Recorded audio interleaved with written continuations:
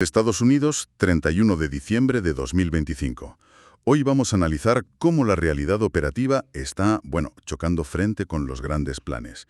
Veremos cómo la administración se ve forzada a pisar el freno en varios frentes clave, desde la transición energética y la fiabilidad de la red, pasando por el futuro de la telemedicina, hasta un sorprendente replanteamiento en el sistema de vigilancia más ambicioso de Wall Street.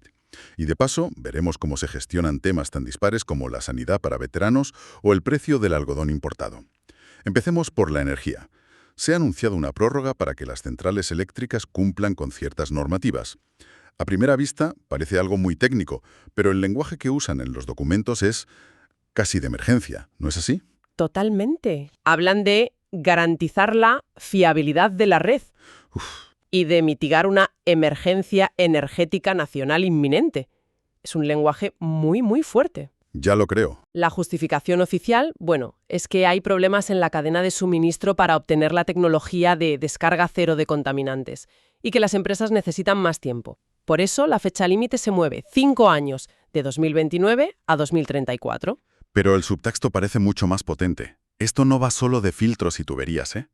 Cuando un documento de la Agencia de Protección Ambiental, la EPA, empieza a hablar de una emergencia energética nacional, es que algo de fondo está pasando. Exacto, porque el propio texto vincula esta rescisión directamente con un aumento disparado de la demanda de energía. Ah, claro. Y no es una demanda abstracta, le ponen nombre y apellidos, centros de datos para inteligencia artificial, un resurgimiento de la industria manufacturera. ¿Y el propio crecimiento de la población? Justo. La red sencillamente no da abasto. Y esto ya no es una previsión a futuro, es una realidad, de ayer. El documento cita ejemplos muy concretos.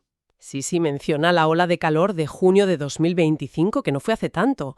Provocó apagones en Michigan, Pensilvania, Nueva York, Massachusetts, que dejaron a más de 71.000 clientes sin luz. 71.000. Incluso se nombra una orden de emergencia que se tuvo que emitir a Duke Energy en las Carolinas por el riesgo de que la red colapsara. Es una admisión de que el sistema está operando al límite. Entonces, a ver si lo entiendo bien. La EPA, cuya misión principal es la protección del medio ambiente, está diciendo públicamente que hay que ralentizar la aplicación de una de sus normativas para evitar que se apague la luz. Es una colisión frontal entre la política de transición energética y la necesidad de mantener el sistema funcionando ahora mismo. Es la definición de un choque con la realidad. Se habla de un riesgo para la adecuación de los recursos. ¿Qué es la jerga técnica para? Para una pregunta muy simple, ¿habrá suficiente electricidad cuando todo el mundo enciende el aire acondicionado a la vez en verano? Y la respuesta es... Y el documento admite que ahora mismo la respuesta es un preocupante quizás no. Vaya. Eso sí, hay un matiz importante. No es una amnistía general. Muchas centrales ya han cumplido con las primeras fases. Lo que se crea es un mecanismo de flexibilidad para conceder prórrogas caso por caso. Una especie de válvula de escape para evitar un mal mayor. Exacto, evaluando qué centrales son absolutamente críticas para la estabilidad de la red.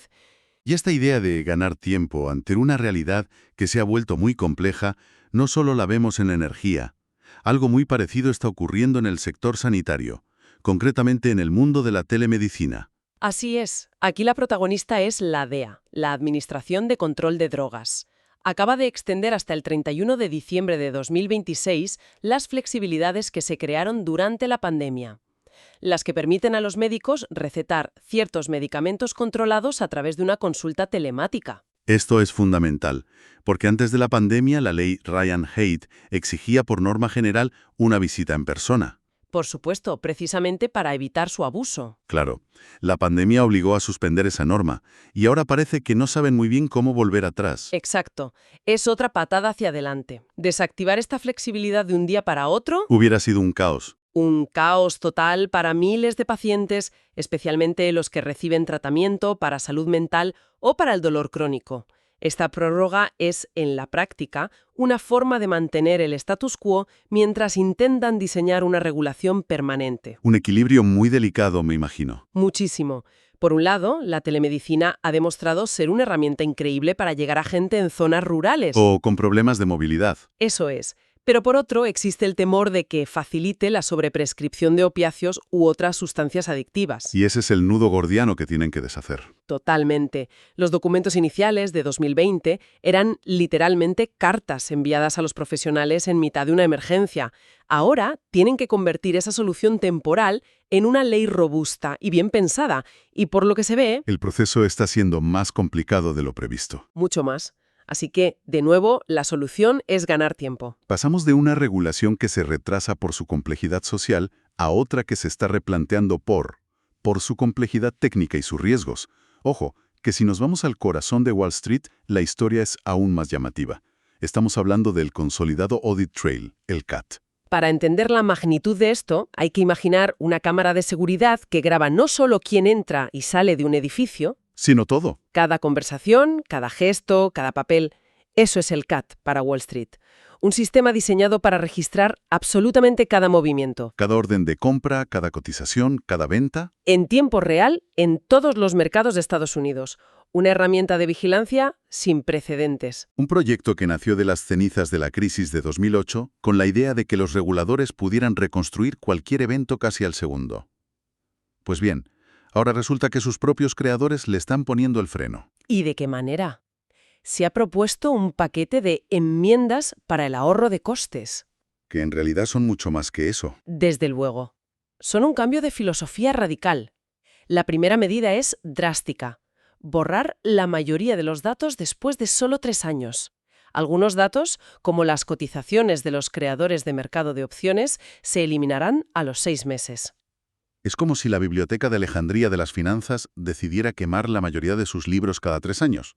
Solo el ahorro en almacenamiento en la nube ya es de más de $20 millones al año. Sí, es el equivalente a nivel de Wall Street de la filosofía de Marie Kondo para los datos. Si no te es útil ahora mismo, deshazte de ello. Increíble.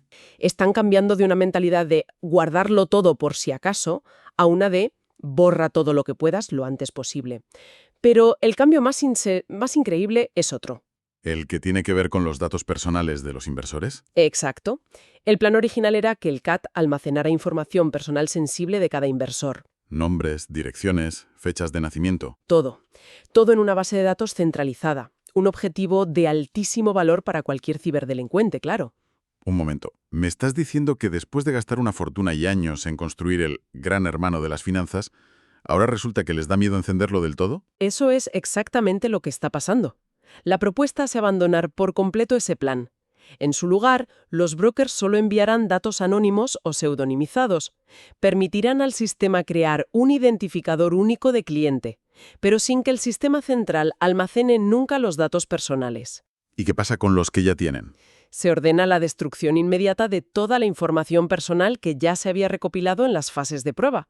Es una admisión de riesgo potentísima. Desde luego. Los propios reguladores, la SEC, admitiendo que el riesgo de crear esa base de datos era mayor que el beneficio. Exacto. Han mirado al abismo y han decidido dar un paso atrás. Un giro de 180 grados. Totalmente. Priorizan la ciberseguridad y la privacidad del inversor por encima de la recopilación exhaustiva.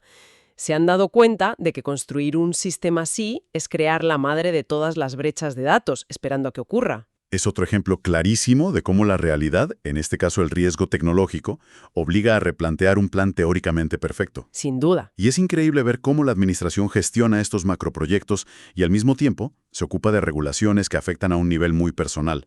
Por ejemplo, en la atención sanitaria a veteranos, también hay novedades. Sí, aquí se ha finalizado una norma sobre servicios de salud reproductiva. El documento es muy claro y se apoya en una opinión legal del Departamento de Justicia. Básicamente concluye 2 cosas. Primero, que el Departamento de Asuntos de Veteranos, el BEA, no tiene autoridad legal para proporcionar servicios de aborto. Es decir, que la ley que rige su funcionamiento no contempla esa posibilidad. Correcto, es una cuestión de interpretación de la autoridad estatutaria. Y el segundo punto es que, incluso si tuviera la autoridad, el secretario ejerce su discreción para reafirmar una política de larga data, que el aborto no se considera un servicio médicamente necesario dentro del paquete de beneficios que ofrece el BIA. Es una clarificación de una postura ya existente, pero ahora queda formalizada en una norma final. Exacto. El documento también es interesante porque detalla cómo han respondido a los comentarios públicos. Ajá, Por ejemplo, desestiman quejas sobre el mal funcionamiento de la web de regulaciones o sobre un supuesto uso de inteligencia artificial para redactar la norma. entiendo. Es una ventana a la maquinaria de cómo se crea una regulación y cómo se interactúa o no con las aportaciones ciudadanas. Y para que veamos hasta qué punto llega el detalle, la última pieza del puzzle de hoy tiene que ver con algo tan tangible como el algodón. Parece un tema menor, pero mueve millones. El Departamento de Agricultura ha hecho un ajuste técnico en la tasa que se cobra por cada kilogramo de algodón que se importa a Estados Unidos. Un ajuste de céntimos, o más bien de fracciones de céntimo. Exactamente. El valor que se usa para calcular esa tasa baja de 0,013247 dólares por kilo a 0,012388. Un cambio minúsculo a primera vista. Sí, pero... Pero, Claro. cuando hablamos de toneladas y toneladas de importaciones, ese decimal marca una diferencia. ¿Y tanto? Se estima que este pequeño ajuste reducirá la recaudación total de esta tasa en unos 3 millones de dólares anuales. 3 millones. Suponiendo, claro, que el volumen de importación no cambie. Es un recordatorio perfecto de que detrás de los grandes debates hay miles de estos pequeños engranajes técnicos con consecuencias económicas muy reales. Entonces, si juntamos todas las piezas de hoy, ¿qué foto nos queda? Por un lado, una prórroga en normas medioambientales porque la red eléctrica no aguanta el ritmo. Por otro, una extensión de las reglas de telemedicina porque la regulación definitiva es demasiado compleja. Y el más llamativo, un sistema de vigilancia financiera que se autolimita por miedo a su propio poder. La foto es la de una tensión constante entre la ambición de los planes y la fricción del mundo real. Lo que es fascinante aquí es cómo estos documentos son una admisión formal de esa fricción. Ya no es un debate externo. Dos, son las propias agencias reconociendo que la cadena de suministro es un problema, que la demanda de energía es un problema, que la ciberseguridad de un proyecto masivo es un problema insalvable en su forma original. Parece que estamos en un momento en el que la realidad está ganando la partida a las hojas de ruta diseñadas en despachos. Totalmente.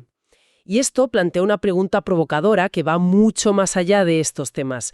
En cualquier gran iniciativa, ya sea pública o privada, ¿cuál es el punto de inflexión? El punto de no retorno. O más bien, el punto de retorno forzoso. ¿En qué momento los desafíos prácticos sobre el terreno, sean cables, software o la propia naturaleza humana, se vuelven tan grandes que obligan no solo a ajustar el calendario, sino a replantearse la idea fundamental que lo originó todo? Es la eterna lucha entre el mapa y el territorio. Exacto. Y hoy hemos visto varios ejemplos de cómo el territorio está obligando a redibujar el mapa.